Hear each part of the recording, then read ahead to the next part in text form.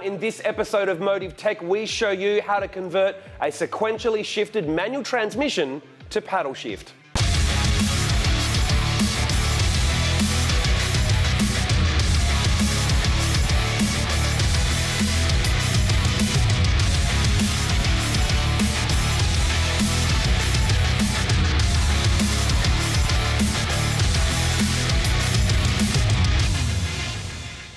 Now, paddle shift was developed in motorsport as a way to change gears quicker, but most importantly to keep two hands on the steering wheel, which gives you better control of the car.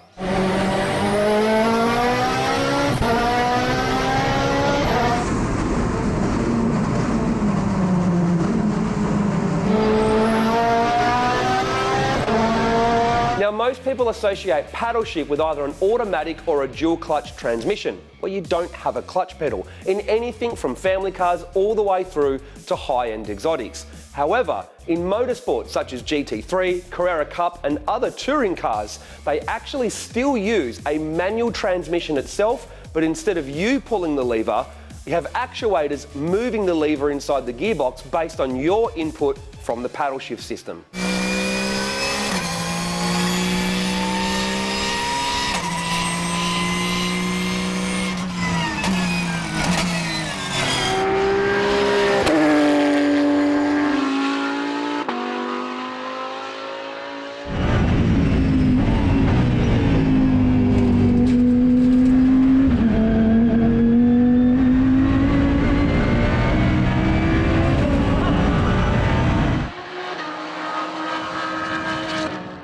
So let's take a look at a manually shifted sequential transmission. Now, if you don't know how they work on the inside, we've got a great feature that we did that explains manual transmissions and how they work. So check out the link on screen or in the description of this video below and go and check that out and give yourself the prior knowledge that you need to help understand the rest of this. So, on top of your sequential transmission, you will have a lever, obviously to change gears, and if you have a flat shift system, you will have a strain gauge on top. Now, as you know, with the sequential, you pull it towards you to upshift, push it down to downshift.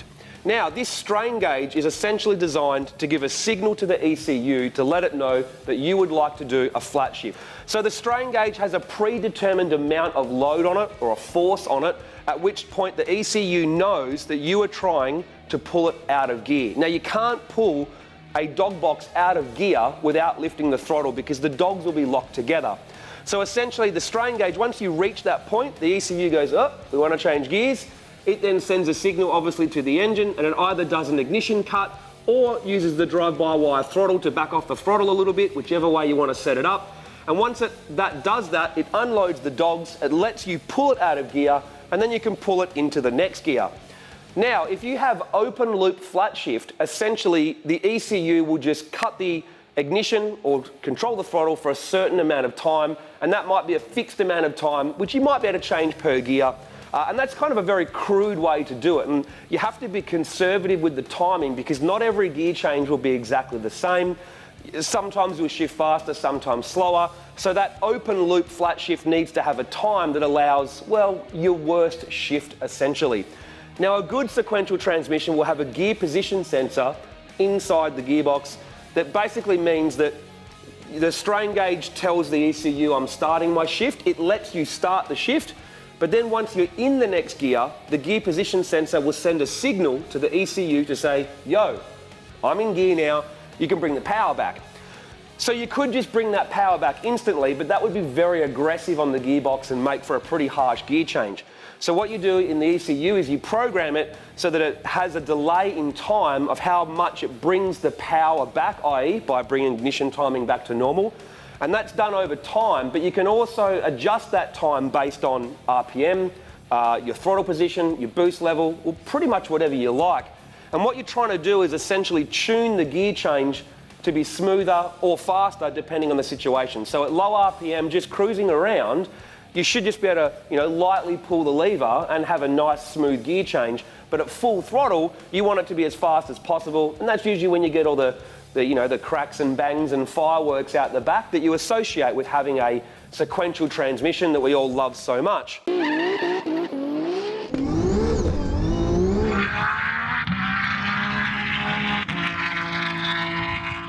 So that's how the flat shift system works when you've got a manually shifted sequential transmission. Now, when you go to paddle shift, we get rid of the lever and essentially we replace it with two actuators. Imagine the same lever, but either side of it is an actuator. And they do the same thing, they move in the same two directions to do upshift and downshift. Now, obviously, both of these are going to need to go to the ECU.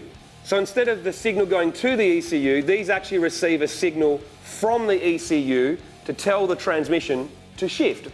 So if you have electric actuators, the signal just goes straight to the actuator, and they've obviously got a power and ground as well. Now, if you have a pneumatic system, what you'll also have is two solenoids, and they will have lines that get pressure from an air compressor and air tank. And obviously the signal from the ECU will go to those solenoids instead. So one of the biggest advantages between the paddle shift and a manually shifted sequential transmission is simply the time saving. Now, what you might not realise is in the time that it takes for you to put your hand around the strain gauge, pull on it and reach enough force that it will trigger the shift cut to happen, the paddle shift system has already changed gears. Because the moment you pull the paddle shifter, it tells the ECU, let's change gears right now. And that's what it will do. It will do the shift cut and control the actuator and get that shift underway instantly. Now, we're talking milliseconds here, but when you add it up over a quarter mile, we've had some data from people telling us it can be worth a tenth or two. When you add that up for a complete lap of the circuit in a time attack car, you can start getting up towards half a second at world time attack. And then when you're talking about the entire race, you're talking about seconds. And honestly, that's the difference between winning and losing when you're at the top end of performance. Talking to some people that have switched over to paddle shift in their time attack cars, when you've got huge power, the benefit is you get to keep both hands on the steering wheel, which obviously makes it safer and easier to drive. It's also a lot easier to just have your hands here and move to the paddles rather than having to reach over and find a lever. So you're going to have quicker shifts, you're going to have more consistent shifts, and just also the shift strategies that you can program when you've got paddle shift can just make for a nicer car to drive. And also a more consistent and reliable gear change. The other thing you have to remember as well is obviously when you've got drive-by-wire throttle, you have to have that when you've got paddle shift so that you can blip the throttle on downshift. That's a pretty complicated strategy actually, because you need to program into the ECU the rolling diameter of the tyre so that it can work out at what RPM you pull that gear lever, what RPM is it going to drop down to, so it knows exactly how much to blip the throttle to get the engine at the right speed to match the gears up perfectly. So when you have paddle shift, you don't need to heel and toe anymore either. Now, I know some people love doing that, but you're eliminating something that is a variable that you could get wrong. So the paddle shift basically removes human error from the gear change. And when you're trying to go as fast as you can, that's just the way it is. So now that we've explained how it all works, let's go have a look at someone that's converted a sequential transmission over to paddle shift. We're down at Powertune Australia in Eastern Creek to take a look at their very first paddle shift conversion kit for a GTR. Now, essentially, this thing's in the prototype phase right now, so we're going to take a look at how it works, why they developed it, and then we're going to take it for a drive.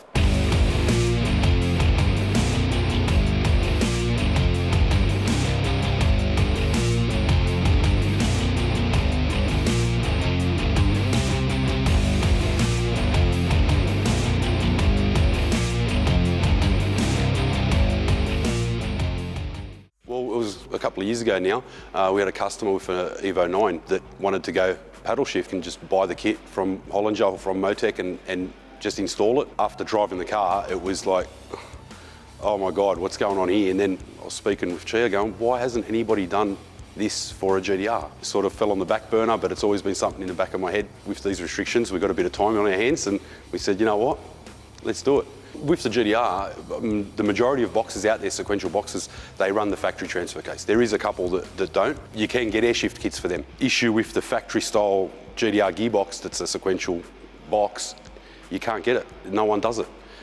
So that was, you know, what we said we have to do. Like that's where we want to test it. And most of our cars run, OSs or Hollingers. So that's the box we had to make it work on. This kit will work on your OS 88s, your Hollinger and your PPG boxes. Pretty much any Quafe, I think it is too. Pretty much any sequential transmission that utilises the factory GTR gear shifter. So you just remove that and fit our setup straight to it, and it's done.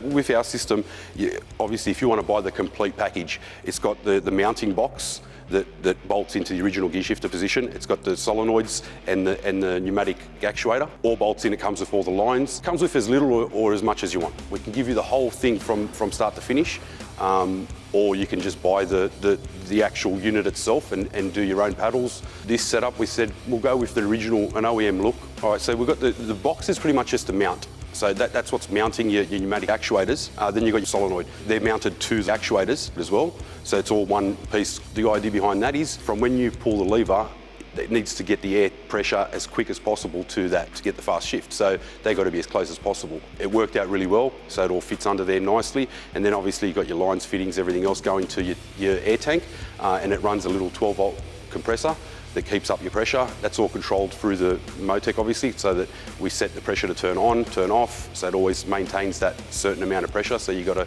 the same shifts pretty much every time. So with the Motec system, obviously they've got their GPRP package, which is a Paddleshift package that's got everything there that you need to run it, so that's fine. What we found was there's a few little things that we thought, if that was there, that'd be better. So we've got our in-house software writer. We told him what changes we want, and he made a whole new software package for us so that we could, make it shift as best as we can. It is a manual transmission. It's a dog box. It's not, you pull it out and put it on the floor beside any other gearbox. It is exactly that. It's not automatic. It's a manual transmission.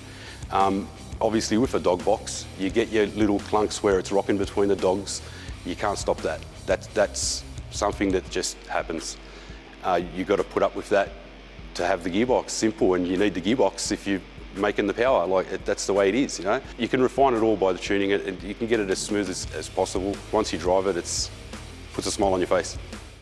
All right, so the great thing about the Motec is you can put a lot of fail-safes in. So in other words, if you don't remember what to do with one of these, when the engine's not running, you can actually use the shifter and you can hear it change between gears. But the moment you start the car, it has a lockout so that you have to have your foot on the clutch before it'll change gears when you're idling, and then you have to hold the downshift paddle for over 2 seconds before it'll go into reverse. So that's a good thing. Obviously with the Motec, you can program it however you want. So those fail-safes means that you don't have dramas in case you forget how to drive, basically. So let's go. Here we go, paddle shift.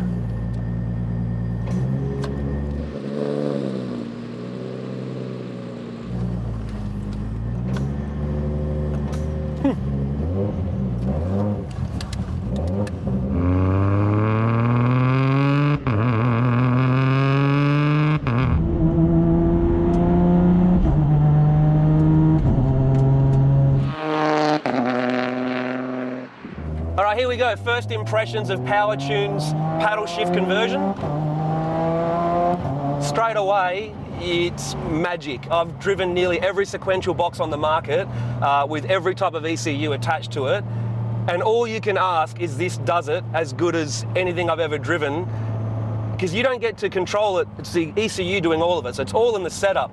And this thing is as smooth as a sequential transmission with dog engagement is ever going to be. And that's a big testament to obviously putting in the time and effort into developing the software in the Motec, but you can see just driving around normally. One thing you can't put a price on is a smile on the dial. It is, I've always loved driving sequential gearboxes. As I say, they always make you feel like king of the road when you drive a GTR, but the paddle shift in this just has a coolness factor that, irrelevant of price and everything else, the coolness factor is epic on this thing. But the hard part is the downshift. So no clutch, the electronic throttle drive-by-wire is blipping the throttle to go down, and you can see I went from 5th down to 1st to come up to an intersection at very low RPM, and it still drove very well. So I couldn't do that any better using the clutch and driving a sequential normally. So that's really what you're looking for in this, is you want it to drive better than even the best driver could do it manually, and that's what the Motec and software is allowing it to do. So I'll show you once again in 3rd gear, low RPM, we're only at 2,500 RPM here, light throttle, and that is a seamless upshift. That is actually fantastic. That is smoother than most R35s I've driven, to be honest with you. That is very, very good.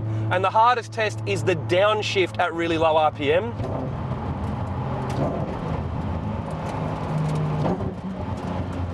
And that is very good as well. I've gotten pretty good at driving my Sequential and making it as smooth as you can be so you can drive it on the street, and I can't do any better than that. So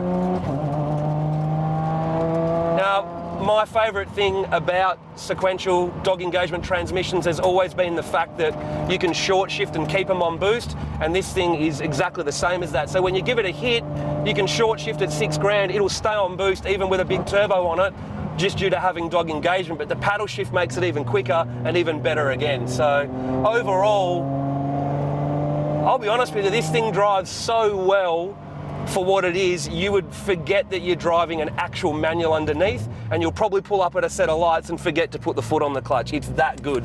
Luckily, I remembered just then, right?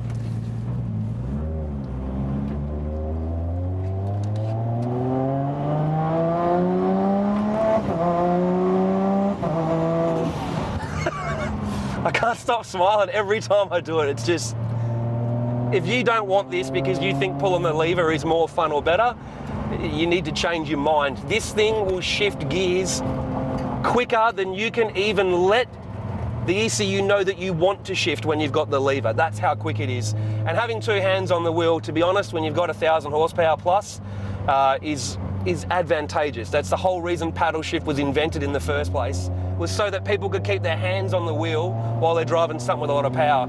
I'd say at first guess this has probably got 700 or 800 horsepower. Yeah, 800. Yeah, 800.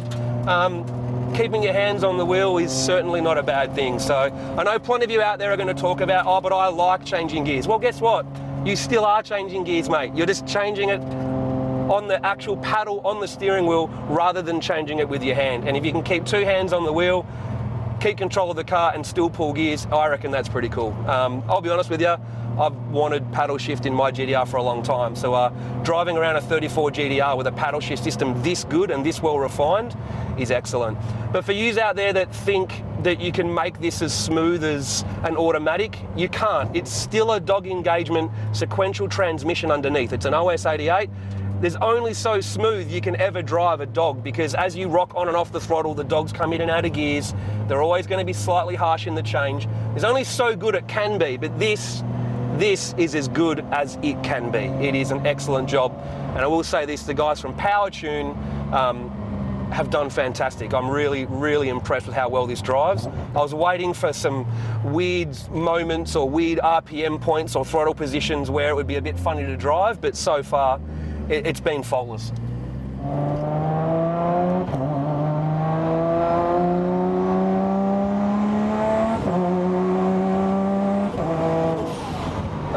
You don't even have to give it a big hit, it makes you feel good. And that's one thing I have to say about this, beyond everything else, is the grin factor and the enjoyment factor that comes with it is exceptional. So it's pretty good to drive around normally. I think it's time that I give this thing a little hit. Yeah. Let's do it.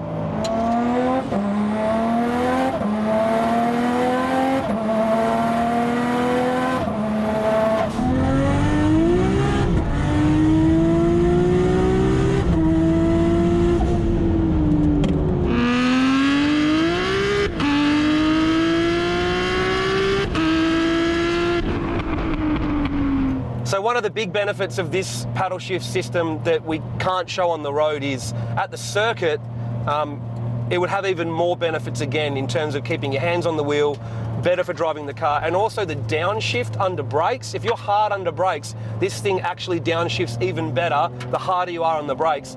You don't have to try and use your own feet to stuff it up to try and heel toe to go down the gears at the circuit. So for a circuit car, this thing would be absolutely awesome to have this system.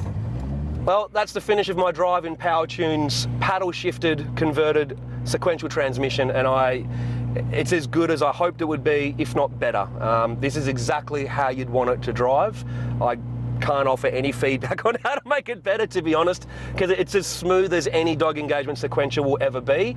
And the benefits of not just on the road in terms of having two hands on the wheel, the benefit at the circuit would be incredible. And I definitely need to get some paddle shift in my life on one of my GTRs.